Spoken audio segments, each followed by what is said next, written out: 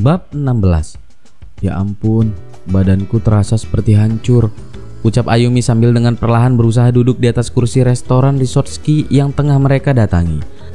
Karena terjatuh dengan posisi duduk beberapa kali, ia merasakan sakit di sekitar belakang tubuhnya. Tapi tadi kau terlihat sangat luar biasa, puji Erik yang terlihat baik-baik saja dengan sweater warna biru langit yang ia kenakan membuat ia terlihat lebih segar dan luar biasa tampan. Dan itu membuat Ayumi mengutuknya dalam hati karena merasa tidak adil. Ketika ia yang seorang perempuan terlihat berantakan, bahkan untuk berjalan pun sekarang ia merasa sakit. Bagaimana bisa penampilan Erik yang seorang pria masih terlihat sempurna tanpa celah sedikit pun? Luar biasa memalukan maksudmu. Ayumi menyesap coklat panas yang baru saja diantarkan oleh pelayan. Erik tertawa mendengar ucapan kekasihnya. Sehari ini entah sudah berapa kali Erik tertawa. Itu di luar kebiasaan yang selama ini yang seolah terbuat dari es yang dingin. Setelah berpacaran dengan Ayumi, Erik terlihat lebih santai. Senyumnya selalu terukir di wajahnya di saat ia bersama gadis bermata bulat itu. Ia tidak sekaku dan sedingin biasanya membuat semua orang yang mengenalnya merasa heran dan sekaligus bahagia atas perubahan itu. Aku pikir kau setidaknya pernah belajar bermain ski, mengingat kau selalu membantu John di resortnya setiap musim dingin. Aku hanya membantu di bagian resepsionis saja, jawab Ayumi sambil menikmati poutine, makanan khas Kanada yang berupa kentang goreng dengan taburan keju dan disiram kaldu sapi. Mereka memesan satu porsi besar poutine untuk dinikmati berdua, sambil menunggu steak dihidangkan. Aku lebih suka menikmati pemandangannya. Kau tahu, aku suka melihat salju atau matahari terbenam. Entahlah, setiap melihat itu, aku seperti tersihir dan masuk ke dunia lain. Di negaraku tidak pernah turun salju. Jadi setiap melihat salju turun, itu seperti sebuah keajaiban.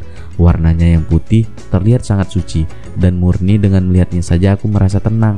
Rasa dinginnya seolah-olah bisa membuat hati yang sedang kacau menjadi lebih baik. Erik memperhatikan Ayumi yang terlihat sangat cantik. Walaupun tanpa riasan dan memakai baju sederhana, kali ini ia hanya memakai sweater warna kuning cerah yang membuat kulit putihnya lebih cerah. Rambut hitamnya dikuncir kuda.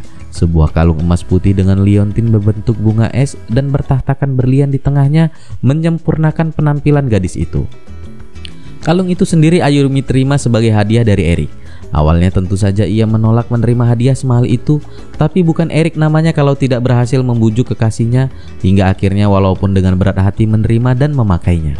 Ia mengatakan kalau itu hanya perhiasan palsu yang harganya tak seberapa. Hingga akhirnya Ayumi bisa tenang menerima perhiasan yang harga sebenarnya bisa membuat gadis itu kena serangan jantung dadakan.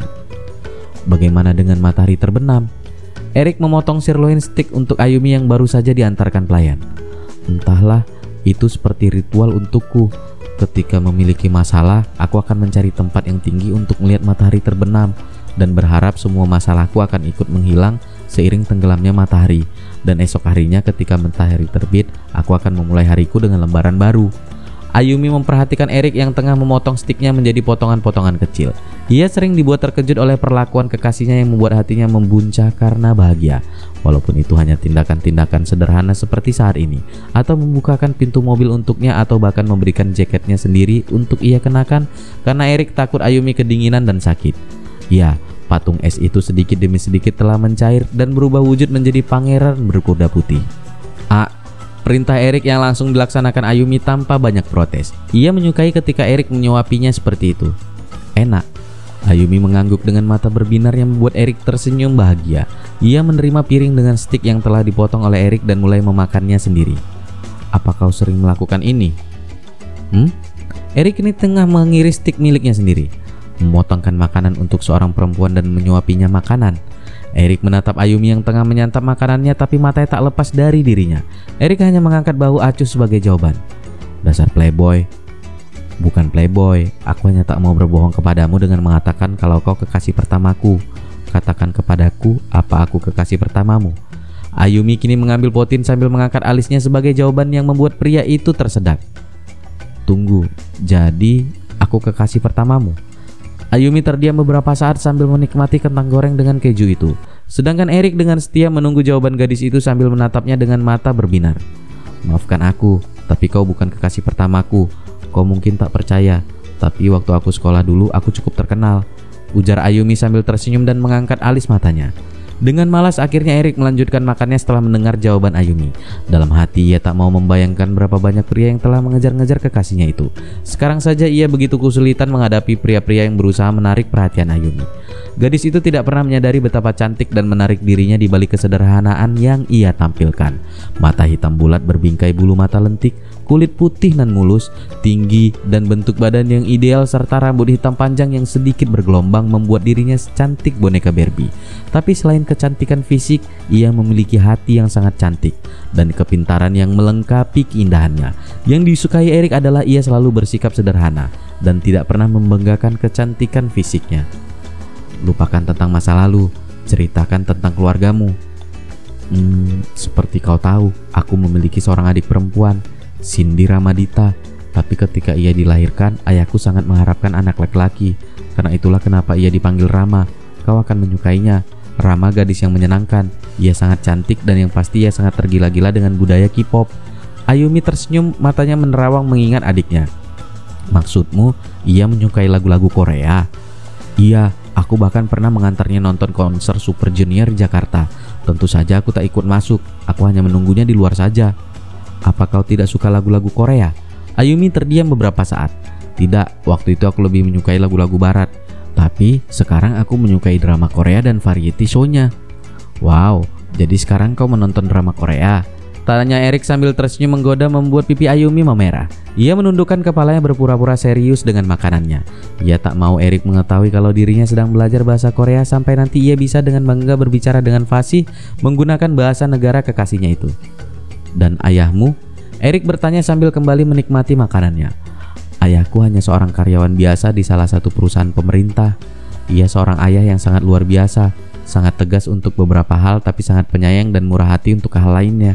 Kami berdua lebih dekat dengan ayah daripada ibu. Ayumi terdiam, matanya menerawang ketika pembicaraan sudah mengarah ke ibu tirinya. Erik bisa melihat perubahan itu. Ia telah menghabiskan makanannya. Kedua sikunya bertumpu di atas meja. Matanya fokus menatap gadis di hadapannya. Well, ibu tiriku selalu menganggapku tak pernah ada. Aku seperti makhluk tak kasat mata. Itulah sebabnya aku seperti bisa bernapas dengan lega ketika keluar dari rumah. Ayumi memandang Erik yang tengah menatapnya dengan serius. Ia berusaha tersenyum walaupun terpaksa. Apa kau tidak merindukan ayah dan adikmu? Kau tidak ada keinginan untuk pulang ke Indonesia? Tentu saja, aku sangat merindukan mereka. Kami masih bisa saling telepon dan ulang tahunku kemarin mereka datang ke sini. Ayumi kembali tersenyum. Ayahku bilang aku hanya harus fokus kepada kuliahku saja, gak usah memikirkan yang lain soal pulang atau apapun. Karena mereka tahu kalaupun aku pulang ke Indonesia, aku hanya akan merasa tertekan dengan sikap ibunya Rama. Mereka terdiam beberapa saat. Ayumi telah menghabiskan makanannya. Ia kini bersandar di kursi sambil mendesah karena kekenyangan. Erik mengikuti gaya Ayumi, tapi ia terlihat begitu elegan hanya dengan bersandar di kursi sambil berpangku tangan dengan senyum miring menghiasi wajah tampannya. Sekarang, ceritakan padaku tentang keluargamu. Keluargaku? Erik mengangkat alis mata sambil mengerucutkan bibirnya. Aku memiliki adik laki-laki, umurnya hanya 3 tahun di bawahmu. Seumuran dengan Rama. Erik mengangguk lalu melanjutkan kembali ceritanya. Aku tidak begitu dekat dengan kedua orang tuaku. Mungkin karena mereka terlalu sibuk dengan urusan masing-masing. Tapi aku cukup dekat dengan Juni. Adikku namanya Kim Jong-soo. Dia sangat berbeda denganku. Kalau aku lebih suka menyendiri dan tidak suka keramaian, dia sebaliknya. Anak kurang ajar itu sangat pandai membuat masalah, ujar Erik sambil tersenyum.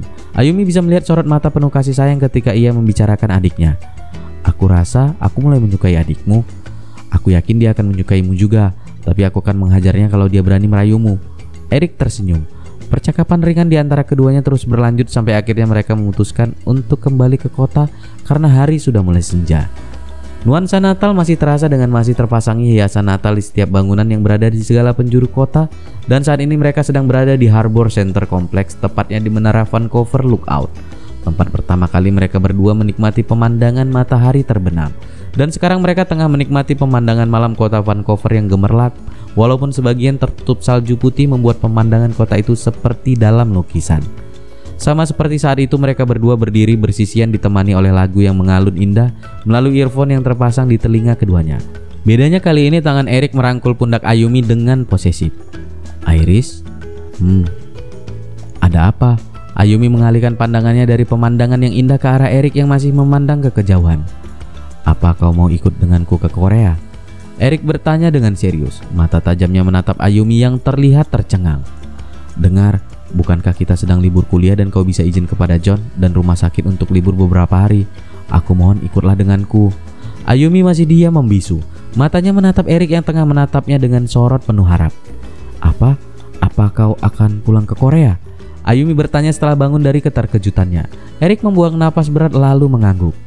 Ibuku menghubungiku, memintaku untuk pulang sebentar. Sudah lebih dari 3 tahun aku tak pulang. Ibuku, dia memintaku untuk menghabiskan liburan Natal kali ini di rumah. Tapi kemarin aku lebih memilih untuk menghabiskan liburan ini bersamamu. Erik, seharusnya kau tidak melakukan itu demi aku, ucap Ayumi karena merasa telah menjadi penghalang untuk Erik pulang dan berkumpul dengan keluarganya.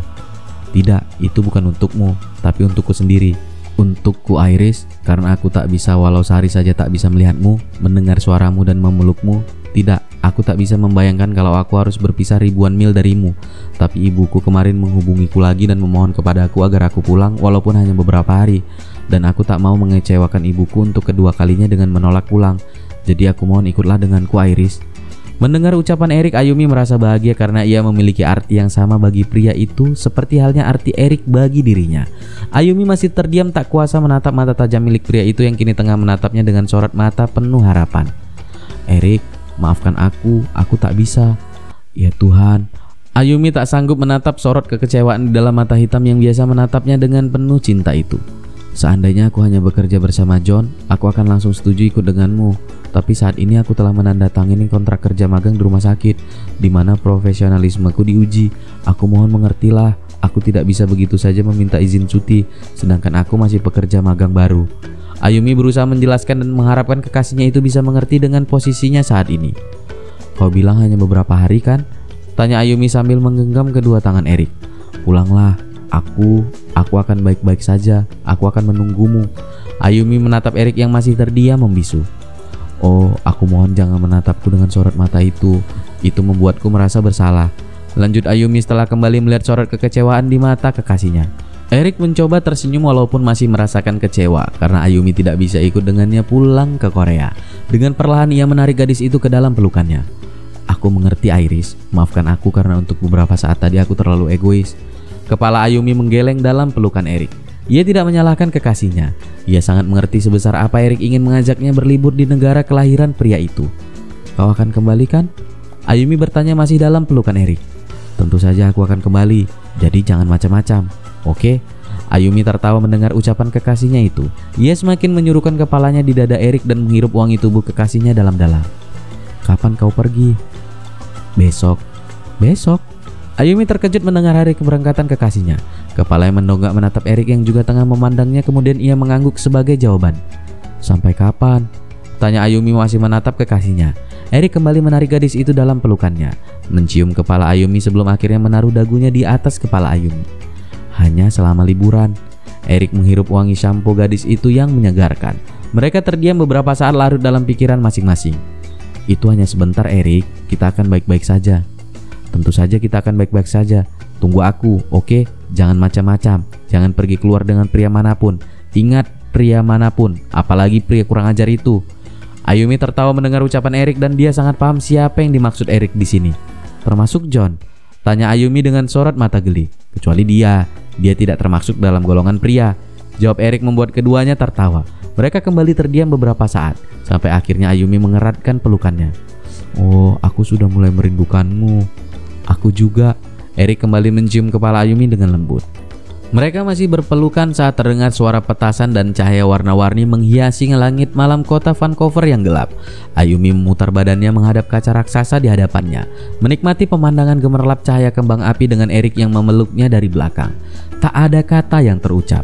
Mereka hanya terdiam menikmati kebersamaan saat ini yang tengah mereka rasakan sebelum akhirnya besok mereka akan terpisah ribuan mil untuk pertama kalinya.